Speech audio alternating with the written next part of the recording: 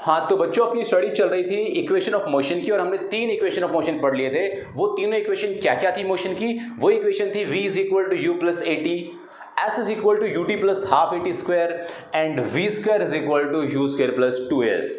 यहाँ पर हमारे पास 5 क्वांटिटीज होती हैं u, v, a, s, t और इन u, v, s, t सारी की सारी जो क्वांटिटीज हैं इनको एक दूसरे से रिलेट करके हम लोग ये इक्वेशन से कैलकुलेट किया करते हैं। लेकिन मैं आज आपको एक चौथी इक्वेशन, फोर्थ इक्वेशन के बारे में बात करने वाला हूं जो मोशन के लिए है।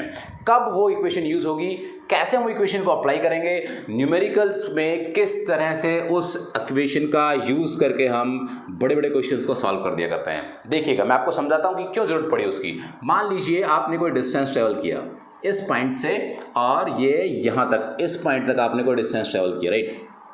तो जब आपने डिस्टेंस ट्रेवल किया तो मान लीजिए आपकी जो गति थी चलने की वो थी हर सेकंड में इतना 1 यूनिट चलने का, राइट। तो आप हर सेकंड में ऐसे चल रहे थे और आप जो टाइम ट्रेवल किया आपने वो आपने nth सेकंड यानी कि n सेकंड तक आपने ट्रेवल किया। यहां से लेके 1 से लेके n तक आपने चला। जैसे आप class, first class, second class, third class, ऐसे क्या होता है, first second, second second, third second, fourth second, nth second तक आपने चला। अब यहां पर आपको ये नहीं निकालना कि यहां से और यहां तक का कितना डिस्प्लेसमेंट है, डिस्टेंस है।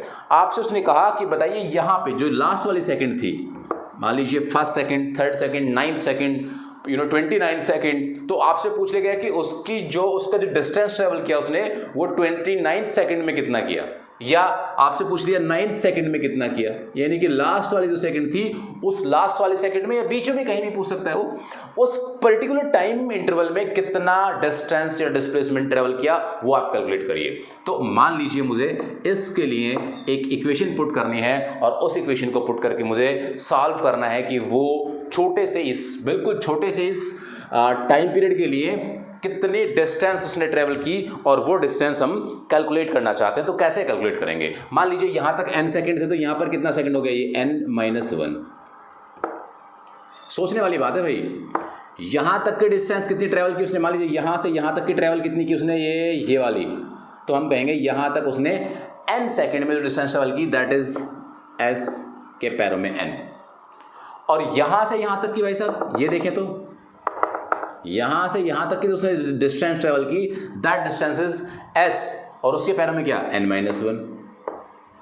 देखो हमने टाइम के साथ उसको रिलेट कर दिया। n सेकंड में ट्रेवल की तो sn, n-1 यानी कि 1 सेकंड कम में ट्रेवल की तो क्या, sn-1। ये हमारे डिस्टेंस के लिए लिमिट हो गई, राइट। टाइम की बात करें तो टाइम की बात मैंने पहले कर ली है, n सेकंड तक ट्रेवल की उसने और n-1 सेकंड तक ट्रेवल किया, तो ये आपका टाइम हो गया। अब मैंने आपको इससे पहले भी जो 3 इक्वेशन है इन तीनों इक्वेशन को by using calculus method prove कराया है, तो मैं इस इक्वेशन को भी by using calculus method he prove करूंगा। और वो जो मैं कैलकुलेशन मेथड अप्लाई करूंगा उस कैलकुलेशन मेथड में सबसे पहली इक्वेशन में क्या लेनी है, अगर हमें डिस्टेंस डिस्प्लेसमेंट निकालना है तो इक्वेशन हम लिए करते हैं v is equal to velocity is equal to ds by dt। ये इक्वेशन हम यूज करते हैं, फॉर्मूला भी इसलिए हम लोग यूज करते हैं वेलोसिटी का क्योंकि हमें डिस्टेंस चाहिए और इसमें डिस्टेंस इन्वॉल्व है। अब अगर मैं इसको लिखना चाहूं तो मैं इसको ऐसा लिख सकता हूं that ds displacement is equal to, ये यहां पर क्या हो जाएगा, v dt। कोई दिक्कत बिल्कुल भी नहीं सर। यहां पर अगर मैं इसको इंटीग्रेट कर देता हूं, ये मैंने इसको इंटीग्रेट कर दिया, जोड़ दिया, क्योंकि ds में हमें क्या बनाना है, s। अब कहां से कहां तक जोड़ना है, ध्यान सुनना मेरी बात। यहां पे हमें केवल ये डिस्टेंस चाहिए, तो कहां से कहां तक जोड़ना है हमें, यहां से यहां तक जोड़ना है, और यही तो चाहिए। तो ये कहां से कहां है, ये sn-1 से sn तक है, s के पैरों में n-1 टू sn। यहां पर टाइम की लिमिट पुट करेंगे तो टाइम की लिमिट कहां से कहां पुट करनी है, वो भी आपको n-1 से और n तक पुट करनी है। आप इसके बाद सिंपल कैलकुलेशन बच जाती है और आपको रिजल्ट, आपको आंसर मिल जाएगा कि फोर्थ इक्वेशन इसकी क्या है। देखिए इसको सॉल्व करते तो क्या है, यहाँ पे इसको सॉल्व करके आया डिस्प्लेसमेंट s, और ये जो इसको सॉल्व किया ये कितना हुआ, ds का जो इंटीग्रेशन था वो क्या हुआ, s, और लिमिट मैंने यहाँ पे पुट कर दी s n-1 up to sn, right. That is equal to what, ये किसके बराबर है, तो ये जो बराबर है वो बराबर है इसके। यहाँ पर अब मुझे इसको भी इंटीग्रेट करना है, इसको इंटीग्रेट करने के लिए मुझे क्या चाहिए, u भी चाहिए, v भी चाहिए। इस v को मैं क्यों ना फर्स्ट इक्वेशन की तरह यूज कर लूं, यानी कि v is equal to u plus 80। तो मैंने यहां से क्या किया, इस v को डिस्प्लेस यानी कि इस v को रिप्लेस कर दिया बेसिकली किससे, u प्लस 80 से। तो यहां पे क्या लिखा मैंने, इंटीग्रेशन ऑफ, इसको मैंने चेंज कर लिया n-1 टू n, और इस v के क्या पुट कर दिया मैंने, u प्लस 80 और साथ में कौन, dt। अब मुझे अगर इसको इंटीग्रेट करना है तो मैं इसको कैसे इंटीग्रेट करूंगा, अगर मुझे इसको ये चेक करना है कि इसको कैसे इंटीग्रेट करूंगा, तो आइए मैं आपको समझाता हूं। देखो यहां से मैंने u को यहां पे रखा, u को dt के साथ लिख दिया और 80 को dt के साथ लिख दिया, सिंपल, ये जस्ट इसको टुकड़ों में तोड़ लिया। तो ये u dt हो गया, तो क्या हुआ, u तो बाहर आ गया, और ये जो आपके पास dt बचता है, उस dt के लिए इंटीग्रेशन कितना होगा उसका, t, और इसके लिए लिमिट कितनी है, n-1 से लेकर n तक, प्लस अब मुझे क्या करना है, 80 dt को इंटीग्रेट करना है। 80 dt में कौन बाहर आ जाएगा, a बाहर आ जाएगा, अंदर कौन बचेगा, t, और उसको किसके रिस्पेक्ट में इंटीग्रेट करना है, dt के, तो क्या हो जाएगा, t की पावर 1 है और एक और जोड़ेंगे तो कितनी हो जाएगी, 2, और अपॉन टोटल पावर कितनी, 2, और उसकी लिमिट कहां से कहां तक, तो उसकी लिमिट भी n-1 से लेकर के n तक। तुम्हें कोई दिक्कत क्या, मेरे ख्याल से बिल्कुल भी कोई प्रॉब्लम नहीं होगी। जस्ट हमने ये क्या करना था, नीचे पता नहीं आपको दिखाई दे रहा नहीं, जस्ट हमने क्या किया, उसको लिमिट्स उसकी पुट कर दिया, और बाकी कोई इसमें बड़ा चीज नहीं किया है। यहां से अगर मैं अपर लिमिट माइनस लोअर लिमिट अब पुट करूं तो क्या होगा, देखो यहां से पुट किया तो क्या हो गया, ये Sn-1 upper limit minus lower limit, that is equal to u कहां रह गया, बाहर, अंदर क्या बचा, upper limit n minus lower limit n-1, bracket बंद, प्लस यहां पे क्या रह गया, ये a, अपर लिमिट, चलो 2 को बाहर ले लेते हैं, a/2 है ना, इट्स विजिबल टू यू, है ना, आपको दिखाई दे रहा होगा, तो ये a/2, थोड़ा सा मुझे और ऊपर लिखना चाहिए, ये आपका a/2 plus a/2, upper limit कौन, t की जगह पे क्या n, तो ये क्या हो जाएगा n², साथ में कौन माइनस, और नीचे वाली लिमिट क्या है n-1, तो ये n-1 का स्क्वायर, और ये ब्रैकेट क्लोज्ड। बच्चों यहां तक की पूरी कहानी मेरे ख्याल से आपको समझ आती जा रही होगी ना, कोई दिक्कत यहां पे नहीं होगा। तो प्यारे बच्चों इसको सॉल्व कर लेते हैं। देखो ये बात तो पक्की है कि यहां से और यहां तक की में से अगर इसको माइनस करेंगे तो क्या आएगी, डिस्प्लेसमेंट इन n सेकेंड, यानी कि सिंपल शब्द में कहूं तो Sn is equal to Sn, जो बेसिकली Sn सेकेंड, मुझे ऐसे नहीं बोलना चाहिए, इसको मुझे क्या बोलना चाहिए, Snth, 9th, 10th, 11th, Sn second is equal to what, Sn minus Sn-1। याद रहे बच्चों ये बात, इस टोटल में से इसको माइनस करूंगा तो ये पर्टिकुलर टाइम के लिए डिस्टेंस आ जाएगा। तो ये तो यहां से तो पता लग गया कि Sn-1 क्या हो गया, Snth, इथे लिख देता हूं मैं ना, Snth,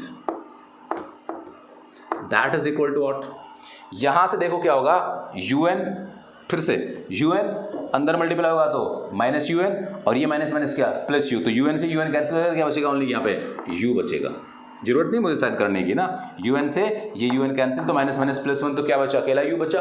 अगर यहाँ पे अकेला u बचता है तो मैं क्या करूंगा, दैट u प्लस a/2।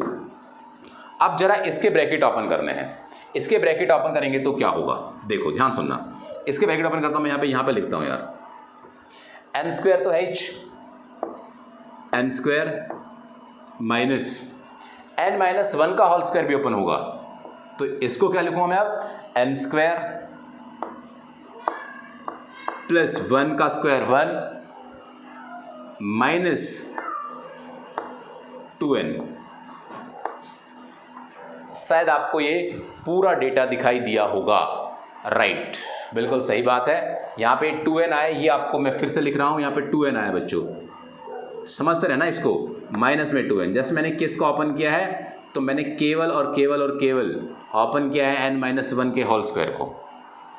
अब इसको मैंने क्या लिख दिया, देखो Snth is equal to what, u plus a/2 तो बाहर ही रहा, जरा इसके अंदर की जो कहानी है इसको खत्म कर लेते हैं। ये n² से माइनस n² कैंसिल हो गया, ये यहाँ पे -1 बच गया, और ये क्या बच गया, 2n, माइनस माइनस प्लस, यानी कि यहाँ पर 2n-1, अब यहां से जो फॉर्मूला बना आपके पास एस एन सेकेंड का, that S N second is equal to you plus a by two 2n-1।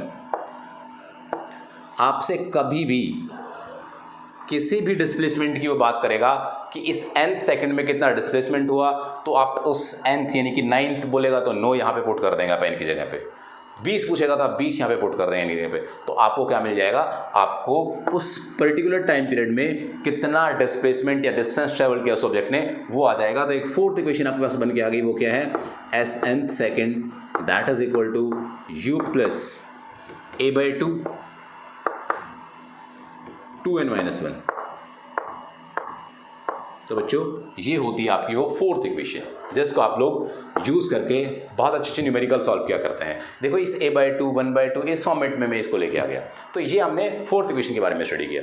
इस तरीके से मैं इससे रिलेटेड न्यूमेरिकल्स डिफरेंट टाइप के कॉन्सेप्ट्स क्वेश्चंस डिस्कस करूंगा अगले लेक्चर में, और आपको सारी बातें सिखाऊंगा। इसमें बहुत ज़्यादा मुश्किल नहीं है चीज़ें, केवल आपको याद रखना है कि हमें इस टोटल डिस्टेंस में से, बेसिकली इस टोटल डिस्टेंस में से ये वाले डिस्टेंस को माइनस कर देना है, और अगर हम ऐसा कर पाते हैं तो हम उस पर्टिकुलर टाइम पीरियड में ट्रेवल किया हुआ डिस्टेंस और डिस्प्लेसमेंट कैलकुलेट कर सकते हैं। तो ये मुश्किल काम नहीं था यार, ये आसान चीज़ थी, अगर आप इसको थोड़ा सा ढंग से समझते हैं, थोड़ा सा दिमाग लगा देते हो। अब इसको हमने इंटीग्रेशन से प्रूव किया, सिंपल जो मैथमेटिकल मेथड्स हैं जो अपने क्लास 9th में पढ़े होंगे उससे भी आप इसको कर सकते हैं, ग्राफिकल मेथड से भी आप इसको कर सकते हैं, किसी मेथड से आप कर सकते हैं, बट आपको जरूरत है केवल इसको याद रखना, इसको समझना। ठीक है, अच्छी बात है, लेकिन अगर इसको याद रखेंगे कि फॉर nth सेकेंड अगर हमें कोई भी डिस्प्लेसमेंट कैलकुलेट करना हो तो हम ऐसे कैलकुलेट करेंगे। तो चलिए इसी के साथ एक छोटी सी हैप्पी एंडिंग करते हैं इस बार। हैप्पी एंडिंग का मतलब ये कि आप लोग प्लीज़ बिल्कुल से पॉजिटिव सोच के जिस भी काम को करना स्टार्ट करेंगे वो काम हो सकता है, वो काम होगा ही, अगर आपने मन से सोचा है तो फिजिक्स जो सब्जेक्ट है वो सब्जेक्ट मुश्किल नहीं है। अगर आप ढंग से सोचते हैं और उस पर मेहनत करते हैं, 1 बार 2 बार 5 बार ट्राई करते हैं चीज़ों को समझने की, मैं गारंटी देता हूँ कि समझ आएगा ही, पक्का समझ आएगा। लेकिन आपको ट्राई तो करना पड़ेगा बॉस, कोशिश तो करनी पड़ेगी। बिना कोशिश किए तुम ये समझो कि हाँ समझ आ जाए, बिना कोशिश किए समझो कि हमारा काम हो जाए, नहीं होगा। इंटरेस्ट आएगा, मज़ा आएगा यार, तुम अगर एक बार मेहनत करोगे तो फिर तुम्हें लगेगा हाँ यार मैंने मेहनत की है और मुझे समझ आया, तो बड़ा अच्छा फील होगा। तो प्लीज़ आप ट्राई करते रहिएगा, बार बार चीज़ों को समझिएगा, देखिएगा, बुक में पढ़िएगा, जहाँ से चांस मिले आप सीखने की कोशिश करिएगा। तो नेक्स्ट लेक्चर में फिर मैं आपको कुछ नई बातें सिखाऊंगा, फिर होगी मुलाकात, तब तक के लिए खुश रहिएगा। Thank you very much.